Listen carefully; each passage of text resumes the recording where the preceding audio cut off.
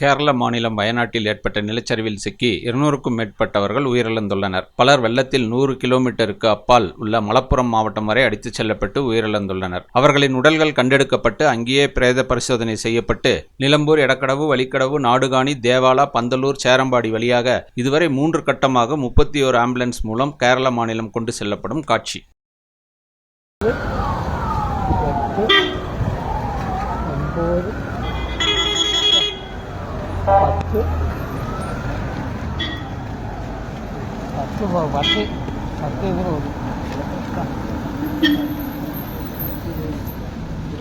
திருப்பூர் மாவட்டம்